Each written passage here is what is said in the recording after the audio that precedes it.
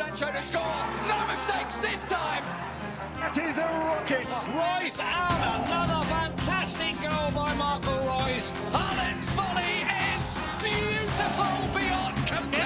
Jetzt kommt das Wunder von Dortmund. Foulspiel von Inzo an Götze. Needs to lay it off. We're going to shot away. Oh, what a goal! Welcome back to Dortmund Dispatch. Today I'm joined by Joey and Pedro, so I'm surrounded by BVB Buzz writers. So how are you guys doing? How's your weekend, Pedro? I was pretty chill. Didn't do much besides watching the Champions League final with my mate at a bar. But yeah, it was chill. I mean, pretty much PSG was the only team who played that final. But yeah, I'm excited for the season, excited for all the news that's coming up, and I'm crazy to talk about Dortmund and just to try to project how the season is going to play out. Weekend here was pretty good too. Got quite a bit done. Had the Champions League final on, but I almost forgot about it halfway through because it was honestly not really the best game. Not terribly competitive there, but yeah, otherwise can't complain. It's a good weekend here. How about you, Eli?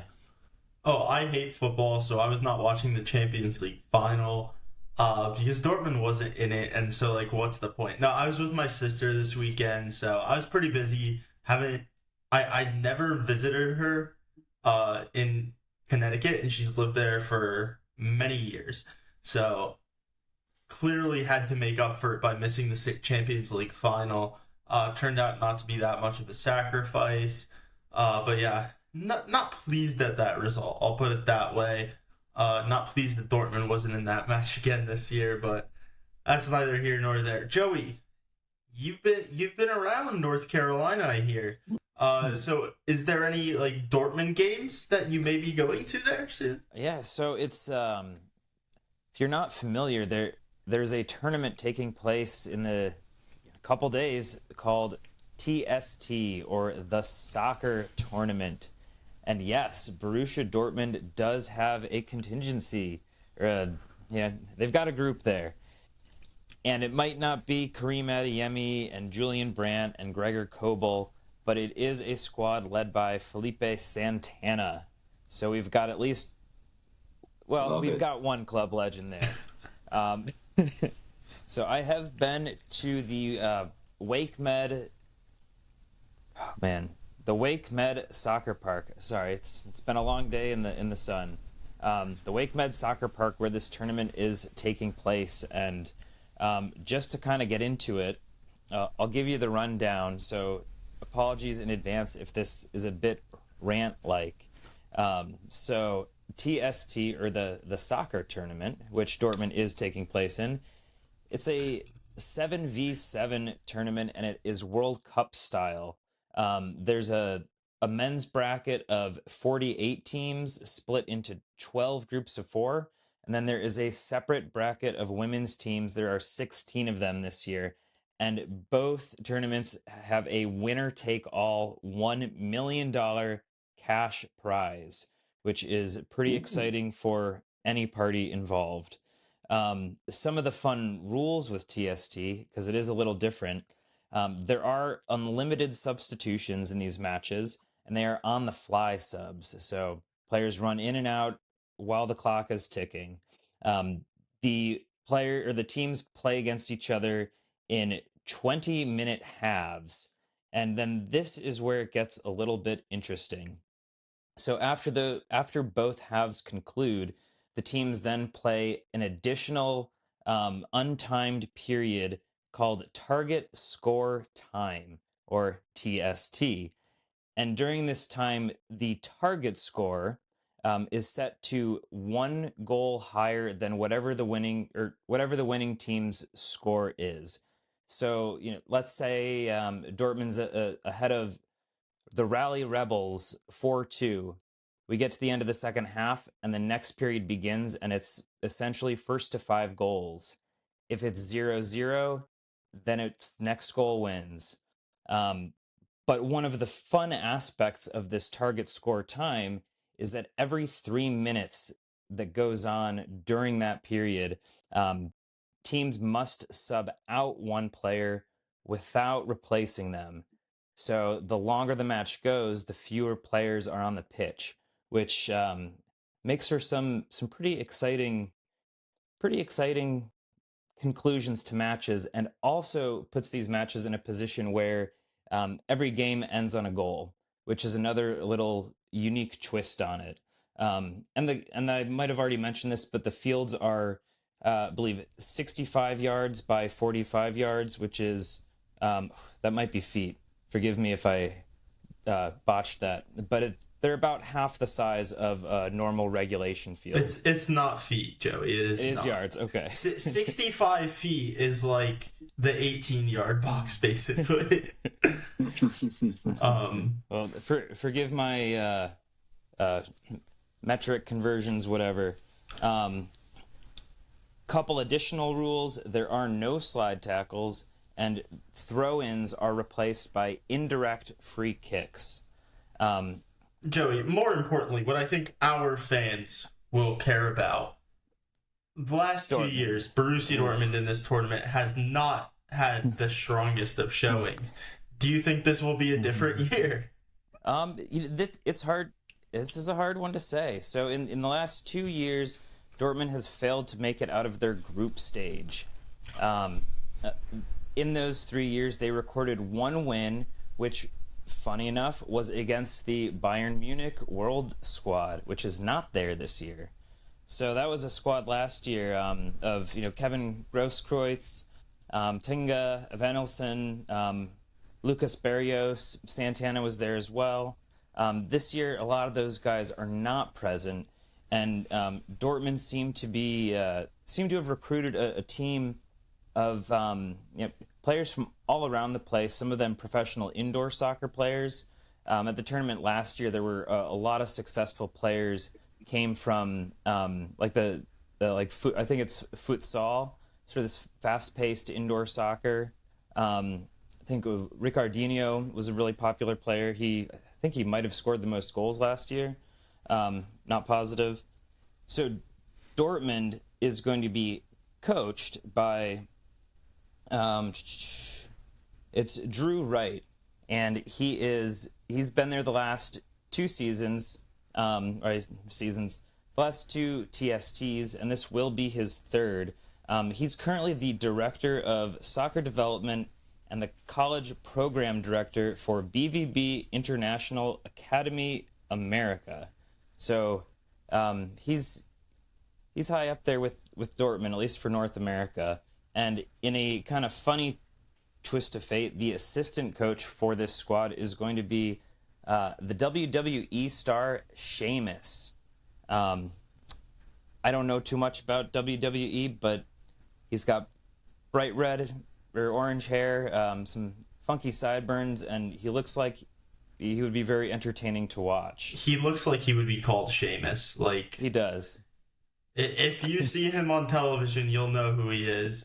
100%. But this is definitely a tournament where, from like watching it in the past, Dortmund's definitely been hurt by bringing their old.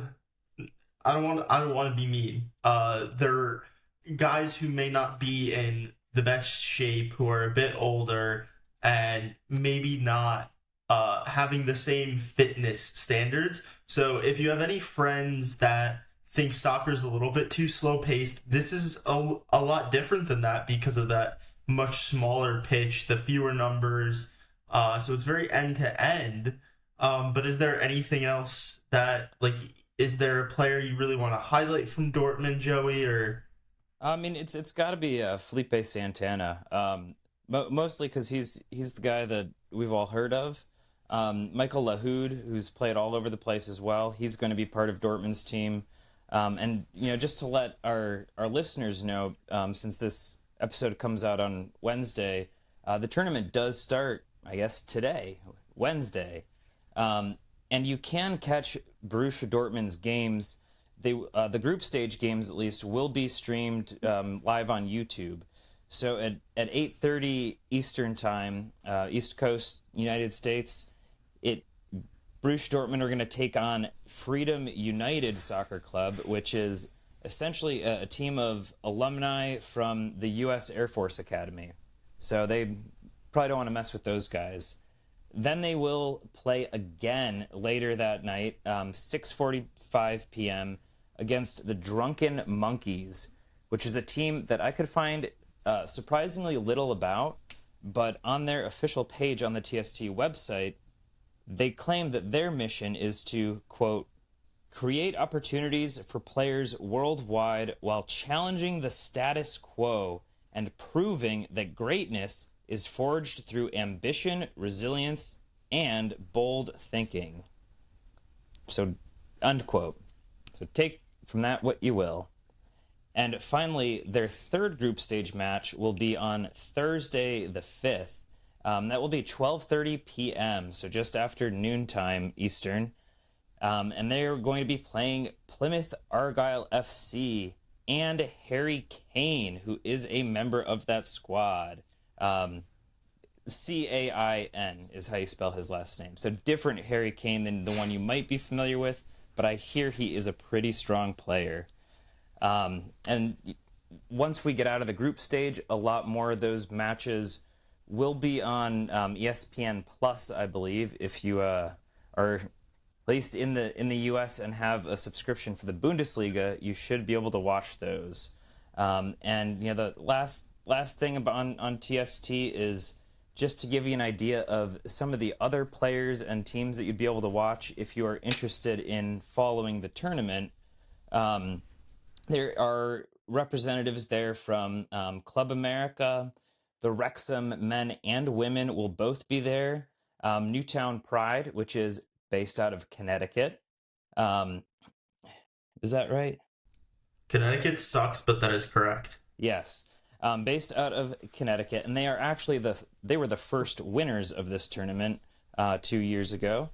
Villarreal is going to be here. Atletico Madrid is going to be here. I can't stand for that Spanish pronunciation, Joey. It's a Villarreal. That's much Hope better. that makes you happier. And then we've got some really interesting teams also. And this one I'm going to have a terrible pronunciation of, so forgive me. Selección Patrero, which is a team led by Sergio Aguilera. And then we've got Nani FC, led by Luis Nani. And gotta say, he is really exciting to watch. His personally selected team did make the final last year, so they are definitely back for some vengeance. And then we've got the Concafa Soccer Club, which is a team created by Pat McAfee, who is also going to be providing commentary for much of the tournament. And you might know him as a alcoholic famous American football player, but he is rather entertaining to watch on the football pitch as well. And then you've got there's the Tactical Manager Soccer Club, which is it's a team for that social media guy. I don't know much about him, but I see the Tactical Manager whenever I'm on Twitter or something, so he's got a team. And then we've also have the team of U.S. women that is going to have Carly and Casey Lloyd on it, Heather O'Reilly, so some real stars from the past decade of U.S. women's soccer. The North Carolina Courage, which is a local women's team here, and I believe they do play in Cary. And then another fun one is going to be Solo FC, which is Hope Solo's team. And I really hope that I get to see Solo FC go up against the U.S. women, because I think that would be a wildly entertaining match. I'm also going to be making some vlogs this week for Dortmund Dispatch, so keep an eye on the social media, and I'll see what kind of footage I can get for everybody. All right, and now the news that you've been waiting for. It's the transfer gossip. We've just started the summer, but the news is coming so fast.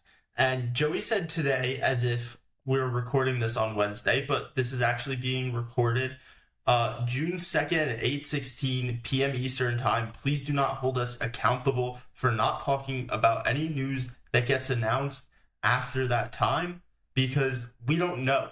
We don't know. I'm sorry. But what we do know, Gio Reyna is being linked with Real Sociedad.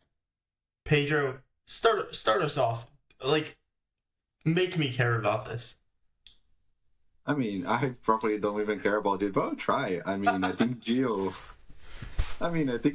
is pretty much done in Dortmund, so I really think that should be a good deal for him, especially, I mean, there's so many absences in the midfield, possibly for Real Sociedad. We have Zubimendi likely leaving for Arsenal or someplace else. There's decisions still need to be made.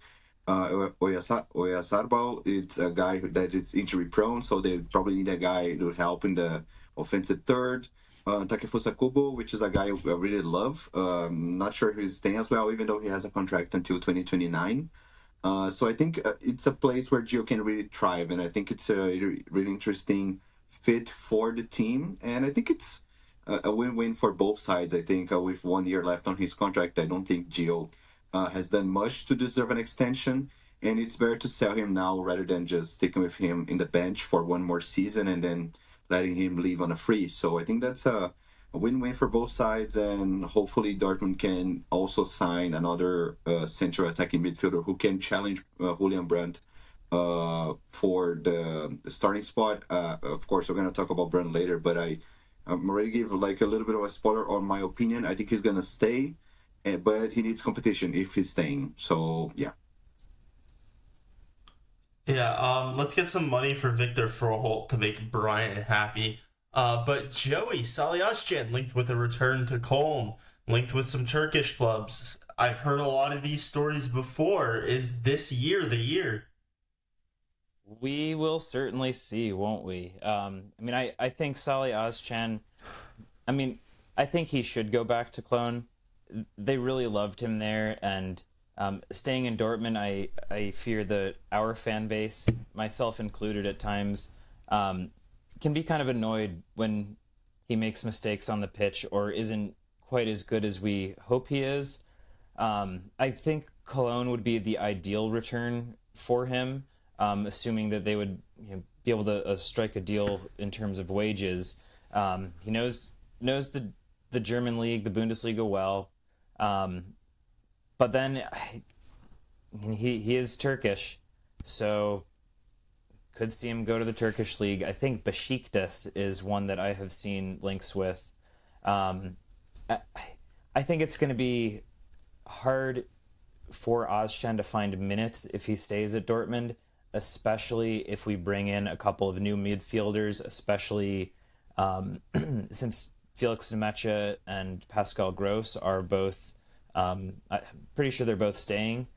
So adding a couple more players, especially young guys, creating depth, I think Ozcan's just going to kind of get iced out of the squad. And that even sort of happened at the beginning of this season, which is why he went on loan.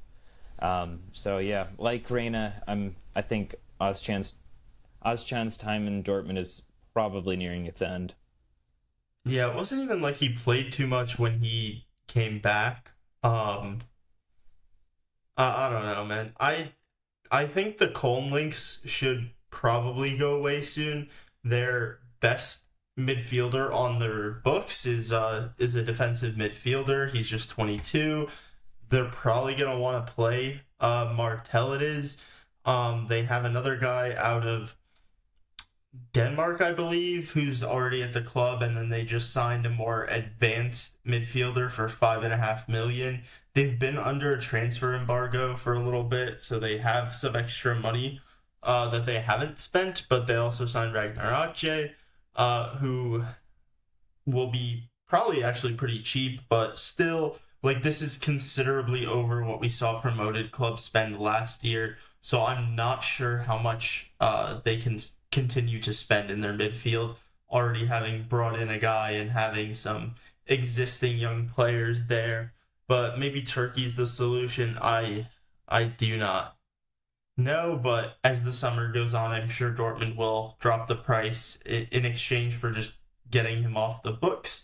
But next up, we have Jamie Gittins linked with a couple Premier League sides. I've mainly been seeing Chelsea. Rumors of a first bid around like 59 million euros. Pedro, do you think this gets wrapped up soon? Do you think that we'll start to see this one pick up in the coming weeks? Jimmy Gittins, yeah, I think so. I actually had a small discussion on Twitter today. There's this Twitter page that I completely forgot the name, but he's very known for giving very controversial opinions on tactics and players, saying they're the best player this league has ever seen. He always makes these huge titles, so people are going to start clicking on his content. But basically, what he was saying that Dortmund fans are not or being exaggerating when we're talking about Jimmy Gittins.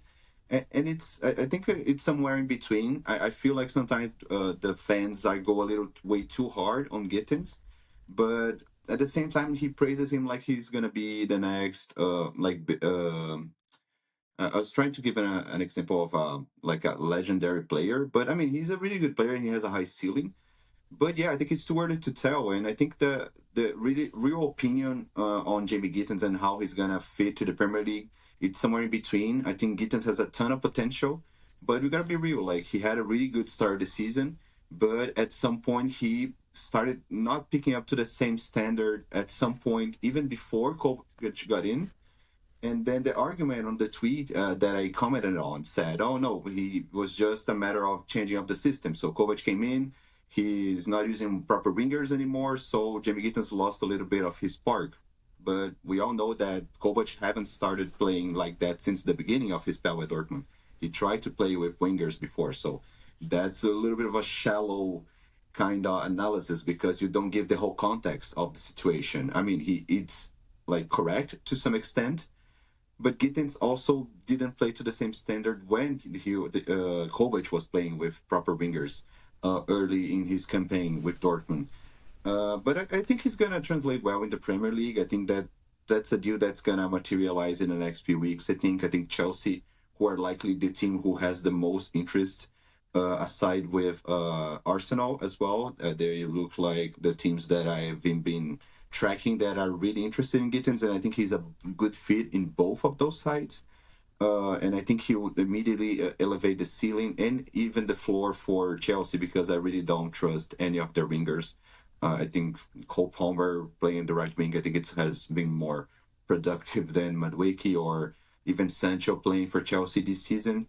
So I think the deal should materialize soon in the next few weeks. I'm not sure he's staying for the Club World Cup, especially because Chelsea is also in the Club World Cup, so they probably will try to attack Gittins on that 10-day span transfer window, so the clubs from the Club World Cup could reinforce before the competition. But yeah, I think that's pretty much done deal. It's pretty much in the air. It makes sense. I mean, I wish we could have been selling him for a higher fee. But yeah, I think it's pretty much what he elevated his price tag during the season. He has ton of potential. And I think I wish him all the luck because from what we heard, he doesn't want to stay. So I think that's a win-win situation for both sides as well. Yeah, it's just a shame how kind of like the time and if you look at this season, if you look back at our player profile and projection from the beginning of last season, I think we all would have taken this Jamie Gittins season by the numbers because he kind of maintained his like output while starting. But it wasn't incredible output, but it's very good for a U20 player. But yeah, the underlying numbers did tail off under Niko Kovac. Maybe some of that's his head being turned. Maybe some of it is tactics. The real answer is definitely both. But yeah, Jamie Gittins will not be playing in Borussia Dortmund next year. But I don't know. We'll see where he goes. I think there's a lot of time. And like all the rumors of saying like, oh, we're not going to get a big fee. I think we still get a big fee in that 55 to 75 million euro range, and I think that's a very big fee for a player that has one campaign as a starter. Julian Brandt has previously been linked with Bremen. I seriously would be upset if we sold him to Bremen because just the amount of money they have, it's not enough. It's not enough. It is not worth what you get for a season of Julian Brandt. Today I saw a player poll for it was put out by like a Mia San Mia account, I think it is. And it was 240 Bundesliga players surveyed, and 11% said Julian Brandt was the flop of the season, and that to me is diabolical. It's terrible. It's atrocious. It's not even realistic at this point. Did he have some struggles? Yes, but like if you look at a lot of his worst games, it's the same games where Dortmund as a team completely collapsed. Namely that like Holstein Kiel match. Like we have two defenders committing like egregious errors in that match. Was Brandt horrible in that match? Yes, he was. But this is a guy with as many goals and assists as Jamal Musiala. Like if you're talking about him as a flop of the season, for me that's absurd.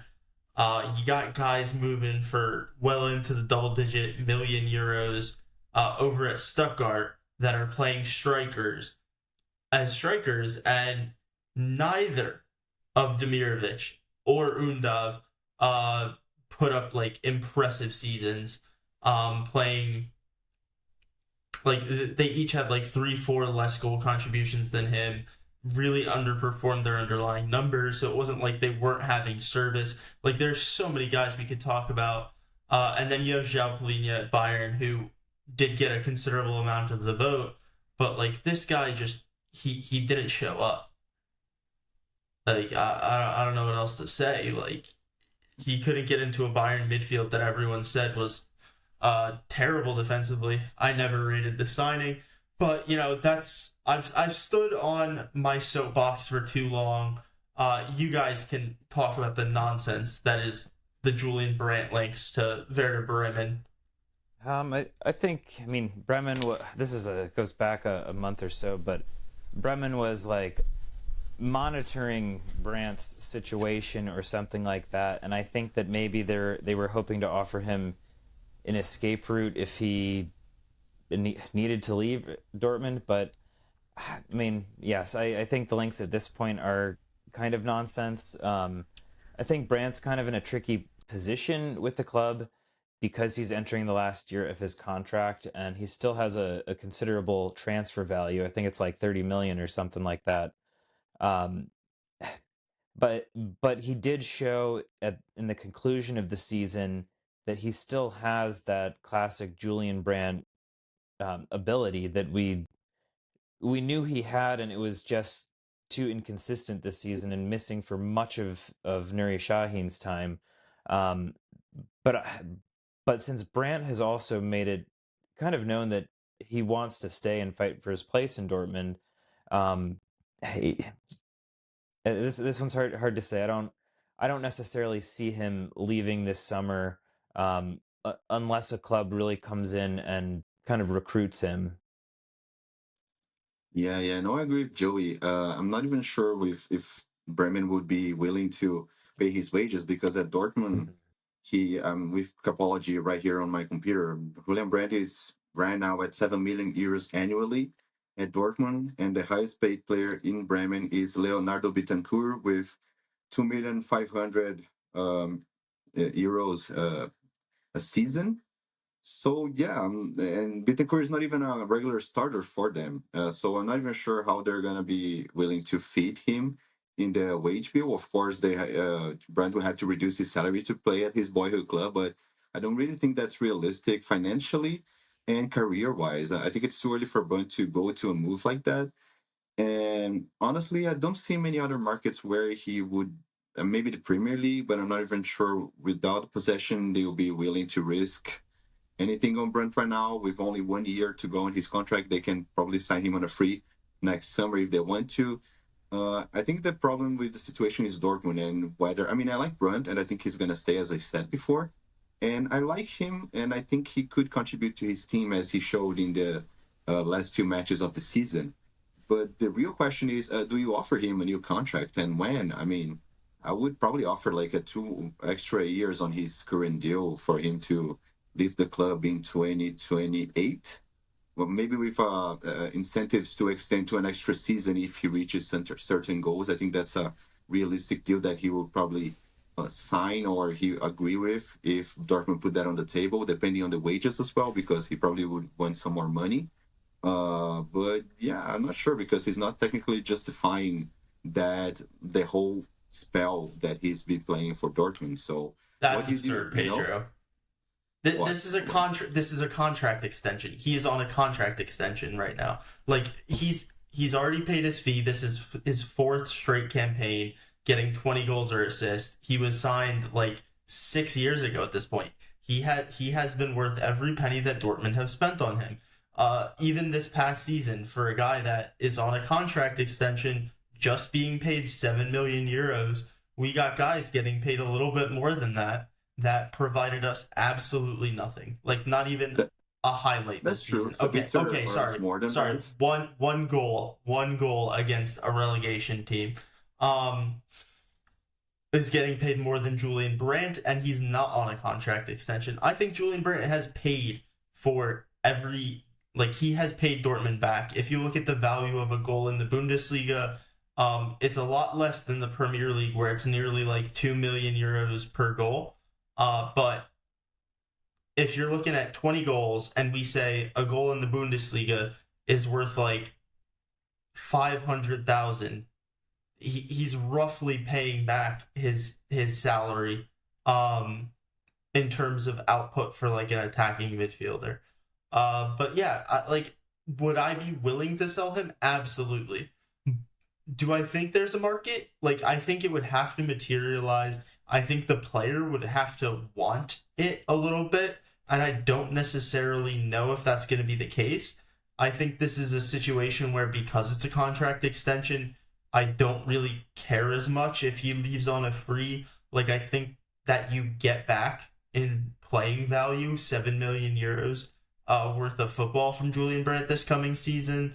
I think you ideally replace him in the starting 11, but if you have him as a backup attacking 8 to come off the bench when you need a goal against some weaker teams, I think like you can do that. I think like the richer clubs in Spain can potentially afford him. I think that would be a good fit in a very technical league that isn't necessarily the best physically, especially in the bottom half there. I think there's Italian teams that would have some interest.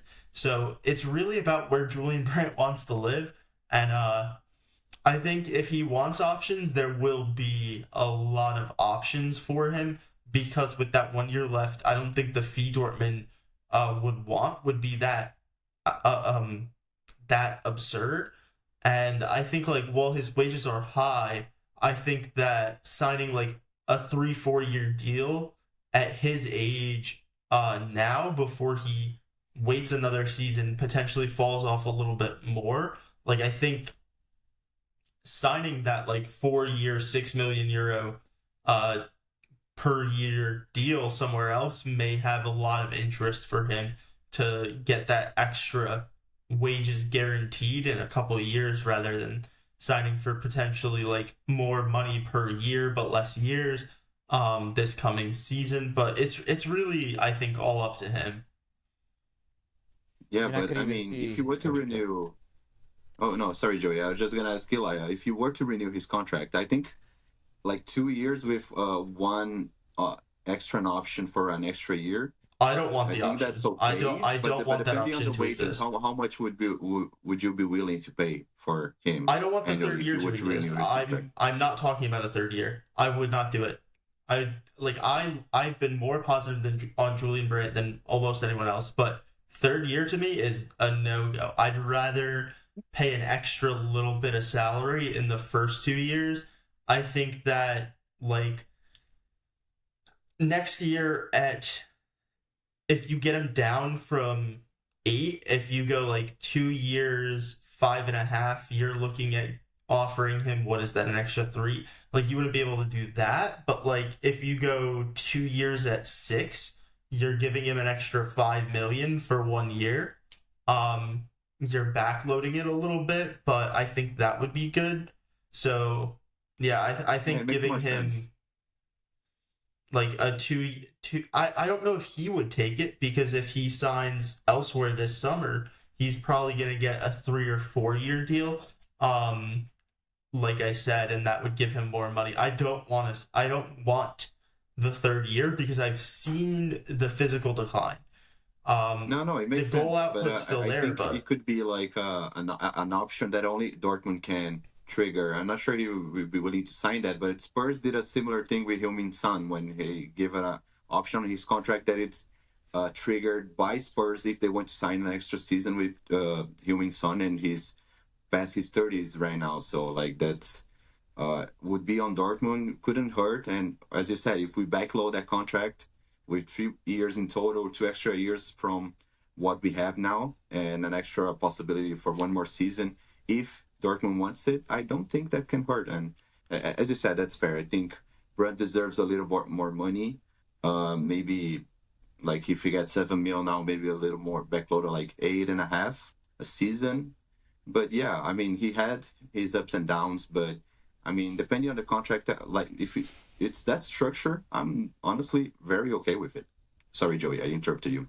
You're good. I've actually, I mean, I think both of your opinions are pretty valid, and I kind of want to combine them in a way, because my first thought with Julian Brandt, like contract extension, is from Dortmund's perspective. I think that one of a reasonable move that they could make is offer Brandt the extra a 1 year, just 1 year extension on the same terms he's got right now, knowing that he fought through a lot of pressure and maybe wasn't the best season. As Eli mentioned, there is a little bit of a physical decline there, and maybe the option for another year then. Um, but at the very least, what a single year extension would do would keep Brandt at the club this fall, and it would prevent him from leaving on a free transfer the following summer. So if the club's not sure, then why not try to get him to just extend another year? like the thing about that is at this point, like his value's only decreasing. So if you give him the 2 year deal, like I'm talking about, that would be for this year, next year, and you're essentially saying that we're going to pay you and you're going to leave on a free at the conclusion of the contract. Like it's either you sell him this summer or he leaves on a free, in my opinion. Like, yeah, you could sell him next summer, but like we're talking about, if you want to sell him next summer, you're going to be in a situation in which his value is decreased, because if he even maintains like the value of his contract, you would just keep him for the next season, and at that point, like maybe you renegotiate with him again at the end of the next summer, or the next like January, mid-season, and give him an extra year then. But I don't really like I don't see the need to like not let him just leave on a free. Like I think this is a player who's already extended his contract. Once, if I can get another year at a wage value that I'm comfortable with, that is lower than what he is currently on, I would do it. I think that if you want to give him a 2 year deal, that this is the year to do it. You're only adding that one extra year. You reduce his wage this year. The second year of the contract, you may not get 100% of the value, but you're hoping to get a little bit of surplus value in the first year. And like I think that's something that both parties can potentially agree on. But like I really think that at the end of the season, when he's away from his team, he needs to sit down with his family, his girlfriend, if there is one, and make that decision about where he wants to live and what he wants from the rest of his career. Because I really think that Dortmund will leave it open, and I don't think they'll push him out the door, and I don't think that anyone will really have that big a say in this other than Brandt. But let's move on to some important news, because Schalke have suffered another loss, guys, as Borussia Dortmund have defeated Schalke 2-0 in the Westfalen Pokal final. Both goals scored by Enderle. My apologies for the poor German pronunciation, but she had a huge smile on her face after scoring a nice little volley, or a nice little poacher's finish in front of the goal. And yeah, great game for her, and that's the stuff that makes you a legend in Borussia Dortmund, is scoring a brace, a doppelpack, as they say, against Schalke in a cup final. I mean, those are things. Don't you just love to see that? Schalke losing, Schalke men losing, Schalke women losing, just Schalke losing. Losing in general, yeah, that's the usual business, and that's usually what has been happening, and hopefully that's a trend that's going to continue. Hopefully, every time my friends say, "Oh, don't you want a shock back in the Bundesliga so you can have the Riviera derbies back?" No, I want them to go to the third division and never come back, man. I don't care, man. So yeah, nice to see that that's an agenda that's continuing, and hopefully, even if they come back to the Bundesliga, which I don't think that will anytime soon. Uh, Hopefully continues in Dortmund's favor. And not too much to add there. I watched a little bit of it on YouTube and was very happy when I opened it and saw it was 1-0 in Dortmund's favor. Yeah, love seeing the women's team do well, and I think they got promoted again this season too. I believe so. They're now in like the third or fourth division, and hopefully they can gain promotion again next season.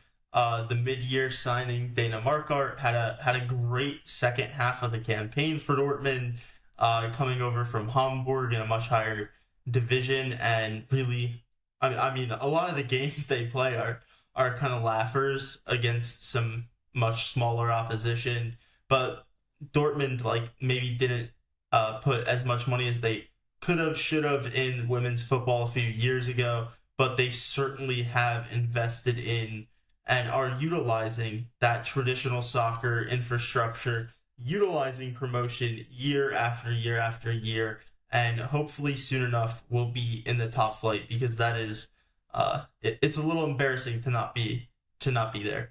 But let's move on. We have Joe Bellingham and Ryan Cherky, the guys that people won't shut up about, especially Pedro, when I say to talk about literally anyone else. But I'll let you talk about Cherky, because now you may be running out of time to do so. Yeah, true. I would have to talk about both. Okay, I'm gonna start with Turkey then.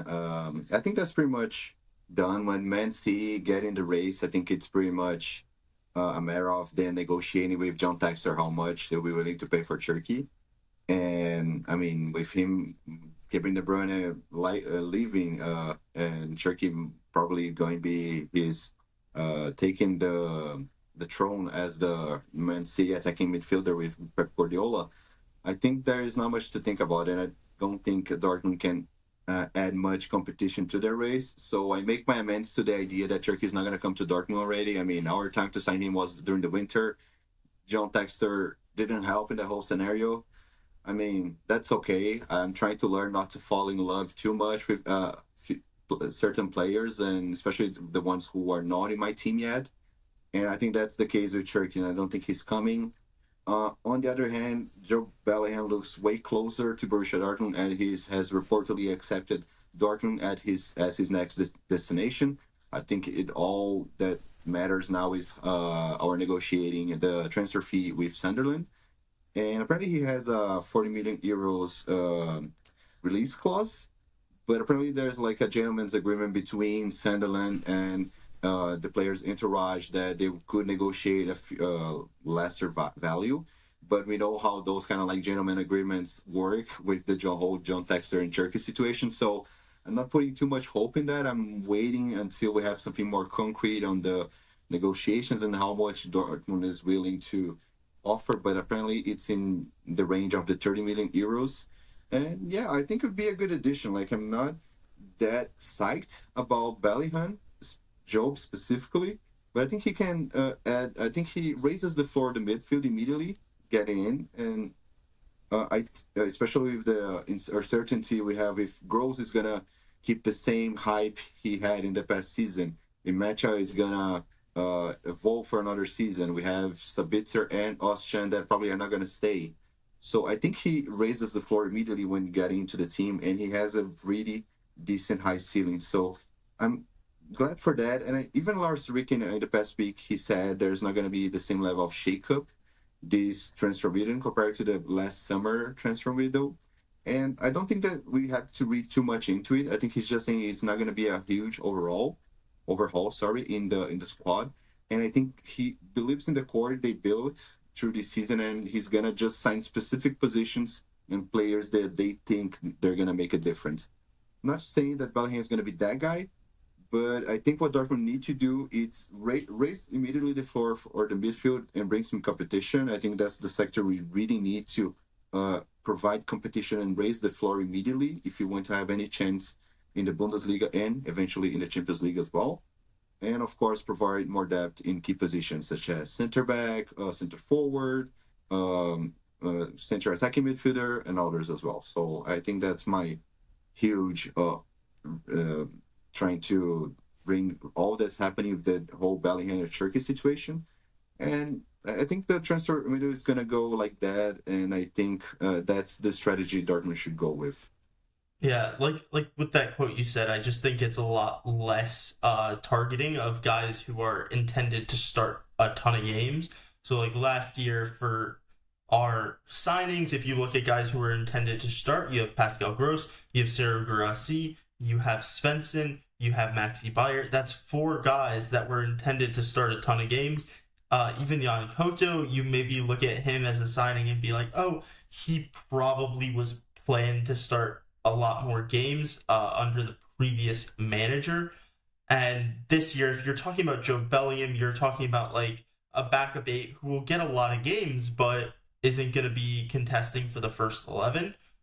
Whereas I think last season, all those transfers, when they were planned, were supposed to be in the first 11. I think that sounds like, to me, like potentially one of the young guys we've been hearing about, whether it's Froholt, whether it's the center back from Rosario in Argentina. Like, these guys may come in, but they're not necessarily going to be competing for the first 11 for most of the season. And if they are, that's a bonus. I think Job is like kind of in between. Like he's your backup 6, maybe he's your backup 8, or he's just your backup 8. But if the 6 gets injured, like Nemecha has the last every year of his career, then your 6 in Pascal Gross, or Pascal Gross becomes the 6, excuse me, and Job goes into the starting 11 as an 8. And then I just don't think that there's really going to be a major starting attacker that gets brought in, aside from a 10. So I think you're talking about going from trying to sign 4 starting players, potentially 5, to signing 1 starting player. And clearly the priority is Joe Bellingham. But we do have a backup. Joey, can you tell me a little about Arden Yashiri? I will do my best to tell you about Arden Yashiri, seen as the alternative to Job in case this deal falls through, which, as we've discussed, those gentleman agreements can be a little bit tricky. So we'll see. They are reporting a fee of around 35 million euros for him. I think this does seem a little steep, but at the same time, I have not seen this player play too much, other than a couple quick highlight reels on YouTube. In addition, he does have some rather impressive underlying numbers, which I conveniently do not have right in front of me. My biggest issue, I think, with the potential transfer fee is simply not knowing enough about the player and if he is worth 35 million. If this is a case kind of like a Felix Mecha at Wolfsburg, where they see, oh, you've got some money, or you're lining up 30 million to try to go after Joe Bellingham. Well, if this is your backup, you could afford 30 million to pay for our player too. Again, tough to say. And if the Joe Bellingham deal does go through, then do we see do we see the Arden Yashiri rumors just disappear then? Well, Or Joey, is that somebody who Dortmund may still pursue? well, You're a numbers guy, Eli. I have watched not just am I a numbers guy. I wake up early. I'm a morning person. You know whose games get aired before anyone else's? The Belgian games, Joey. So I have been watching Yashiri a lot this season. Is he the most exciting player on Club Brugge? For me, as a prospect, I think Ordonez is the top guy there. Yashiri didn't really cross my mind because he's a guy that has only been at Bruges for one season, and so that's why that fee is so high. Bruges are back in the Champions League, second consecutive season. They may have to play a qualification round. I'm not 100% sure, but they finished second in the Jupiler Pro League, and Yashiri was a regular for them, coming over for a very small fee from Switzerland, I believe. Switzerland. From Lucerne, and his heat map is actually the exact same as Joe Bellingham. They are both left-sided eights in their role this past season. Does that mean they can't play together? No, because actually Joe Bellingham is listed as a right-footed player, so he could move over to the right side and be a right-sided eight, potentially. That's not what he was this past season, but Yashiri is a left-footed, left-sided number 8, and that's something I think Dortmund could use, because Pascal Gross is right-footed, I believe Nemecha is right-footed. Yashiri, very good. He has a very good frame. Numbers in Belgium are a bit weird because the top half of the table is so dominant compared to the bottom half. They don't play the bottom half teams in the second half of the season. They go into like a weird playoff. We don't have time to explain all that, but basically his tackle and interception numbers are not great, which you would like to see. They're also not great in the Champions League, but they do have a very successful, very hard-working pressing system. And given his size, I do think that you can get some more defensively out of him in a different system. The passing is good. The final third passing, you maybe would like to see a bit more at that fee, but I think the fee is the only issue for me here. Because he did transfer so recently. That's why the fee's so high. His quality isn't that great. It's just that Bruges has a ton of money and he has a ton of years left on his contract. But this is a very, very good player at a very good age to sign a midfielder. He'd be coming in pre-peak.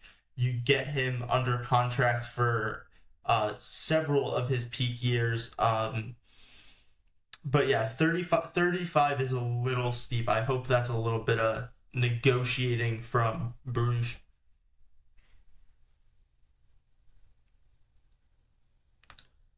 But if we don't have anything else on that, we can come on because we can continue on because we have some fun drama to discuss, and that's incumbent club president Reinhold Lunau heading the opposition to force Hans-Joachim Watzke out of the club. Lunau intends to run again against Watzke. Some of the main complaints include power games behind the scenes, indiscretions towards the press, the unworthy dismissal of Shaheen and Sommer's statements on TV. The club's cooperation with Rheinmetall is also an issue being discussed, as the Ultras have very openly criticized this as well. There is a fear of Schalke-like conditions spreading throughout the club, which Watzke is apparently afraid of. Watzke fears that Lunau could be an instrument of the Ultras. I don't know what to make of this. I'm not a big soap opera guy. Can you break this down for me, Pedro? Yeah, sure. I mean, I think this whole situation, I think it's also very related with politics within Borussia Dortmund, and of course, I think it's a matter of who wants the power. And I think in that sense, I think Watzke and Lunmo, I think that there is a power dynamic that I think it's going on, and as Watzke is approaching his alleged retirement from being the Borussia Dortmund CEO, of course, there's going to be a fight for power within the club, and that's very dangerous. And I think that it all relates to the idea that I think Dortmund needs to professionalize all their processes and not. You can do that in a very different matters. I'm not saying that we should sell the club to more business oriented people, but we need to find people who are business oriented and are willing to uh, establish correct processes in all areas within the club and avoid all the political matters and interests that also surround the club with the ultras, the other groups who want to take charge of the club as well. I think I have a lot of kind of the situations here in Brazil as well, when it usually doesn't end right because we have so many uh, political groups interested in being ruling the club. And at the same time, we also have Corinthians in the past few weeks where we had the impeachment of the current president of the club. So yeah, it's pretty tough when you talk about football politics, and Dortmund is no exception to that. But I'm not sure that we're going to be the next Schalke in that sense. I think that's too much of an exaggeration, but I think it would also depend on how the club uh, tries to move forward professionally and how they want to establish different processes within the club and let the ultras and all the political interests at the side and focus on professionalizing the club and making the club sustainable and competitive at the same time. So, not biggest fan of soap operas as well because it also distracts us from the real deal that we are all here for is for a good football team who is going to fight for trophies every season. And that's again one more distraction for Borussia Dortmund, and hopefully that it's just internal dispute that's not going to take long to get solved. Yeah, unlike Schalke, we do not have a ton of debt. But the one thing I would point out is you talked about getting a businessman in. That is what Vatska has been. Vatska has kept the books in the black year after year after year. It was a lot harder when he first became president and took over at Borussia Dortmund. But he is a great businessman. Maybe sometimes the ultras may say at the sacrifice of his morals, like with that Rheinmetall deal. Joey, do you have an opinion on this? Yeah, I mean, I think my biggest takeaway from this is, we're all just kind of tired of Vatska at this point. I mean, I can admire the things that he has done for this club, steering this club away from financial ruin.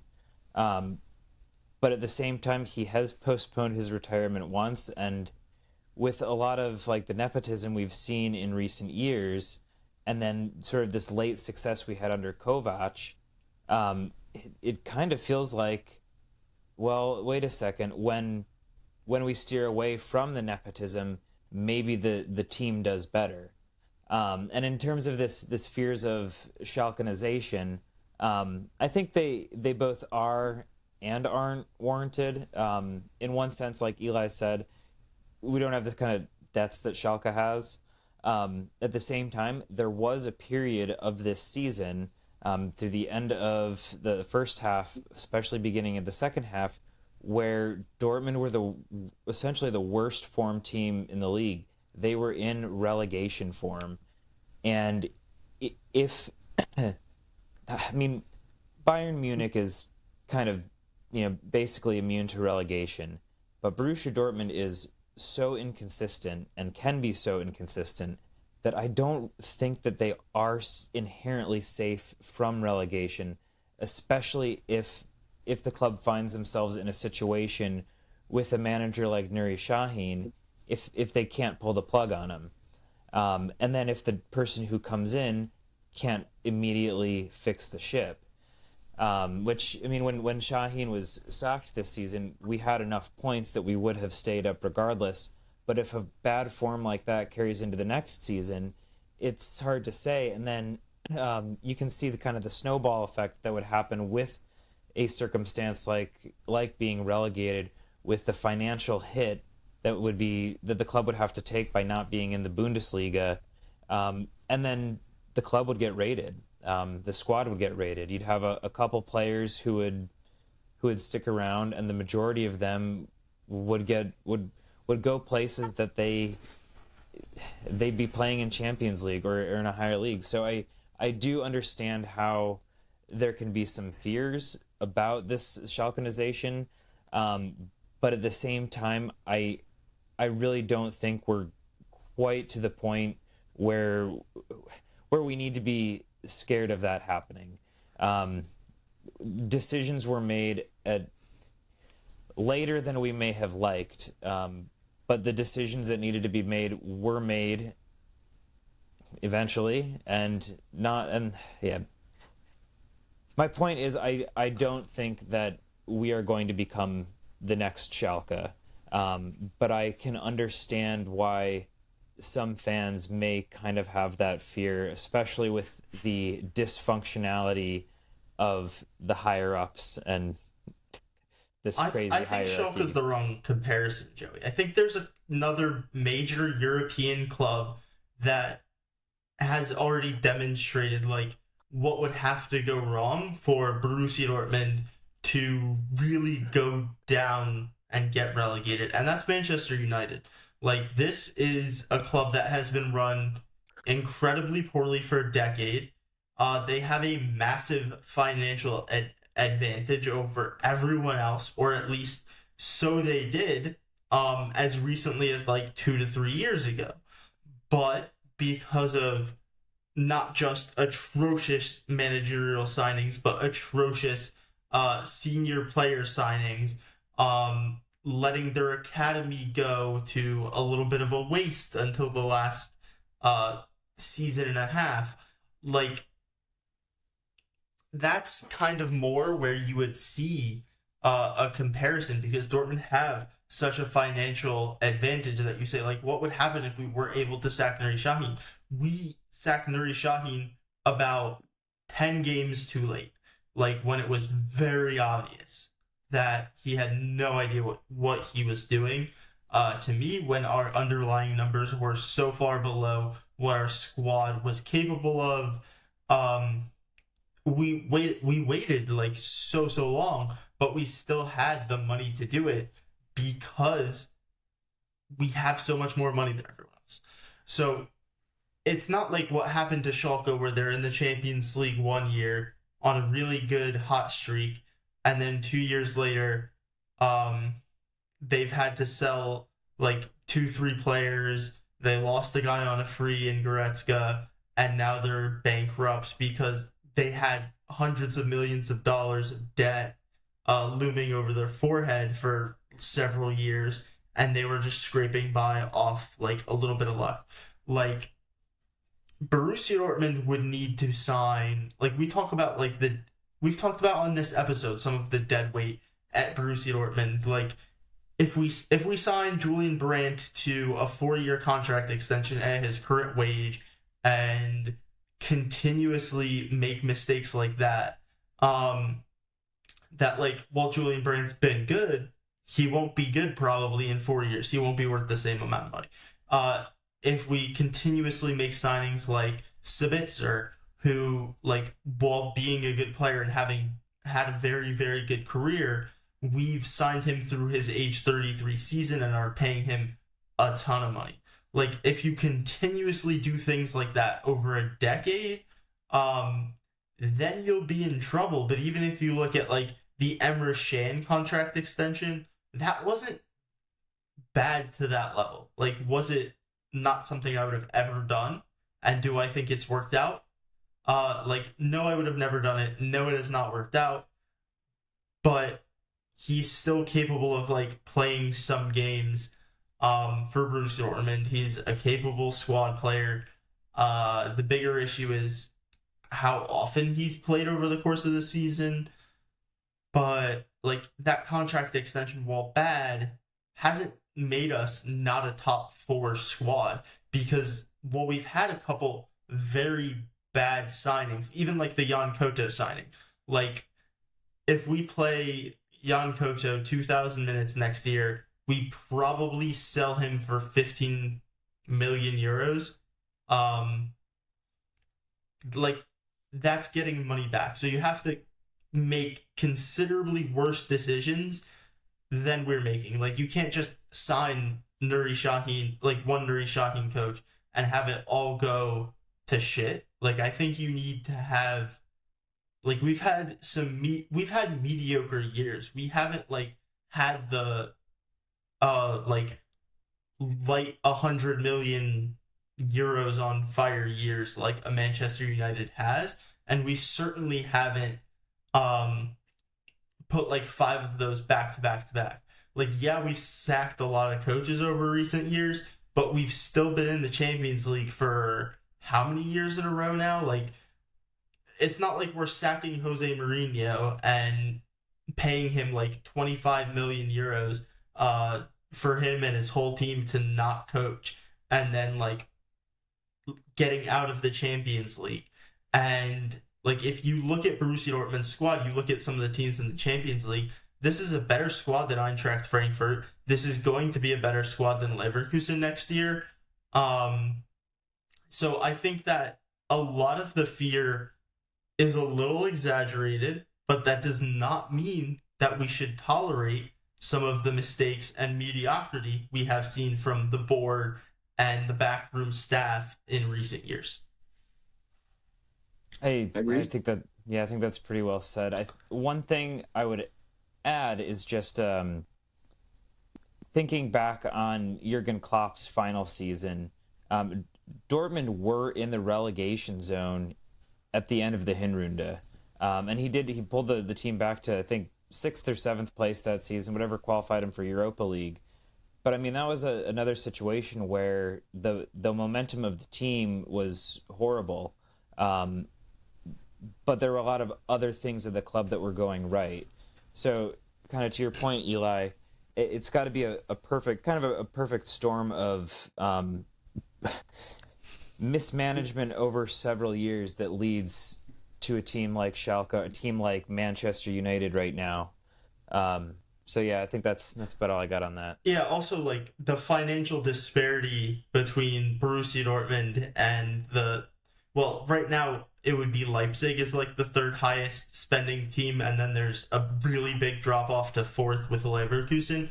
Like, the drop off now between Borussia Dortmund and Leverkusen is so much bigger than it was at that time to whoever had the 4th highest like salary. Like, at that time you probably were talking about like 10, maybe 20% difference, whereas now we're talking about a 2x factor that Dortmund has over Leverkusen in terms of the annual salary spend.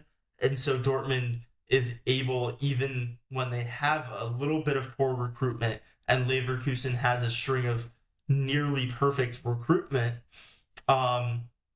there's still a bigger gap there, and a bigger cushion that like allows Dortmund to recover faster and forces Leverkusen, barring like the hiring of a generational coach, to lose those players a lot faster.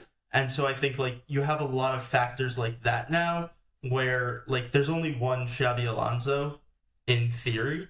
And like the next coach for Leverkusen won't get perfect recruitment and won't get like the luck of signing a guy who's only signing for you because he's done his ACL twice and then he stays fit for a full campaign in Victor Boniface, and then the next season has significant injury problems. But also like these guys only stayed because Xabi Alonso was there. I've made a mess of this point, but I think everyone knows what I said.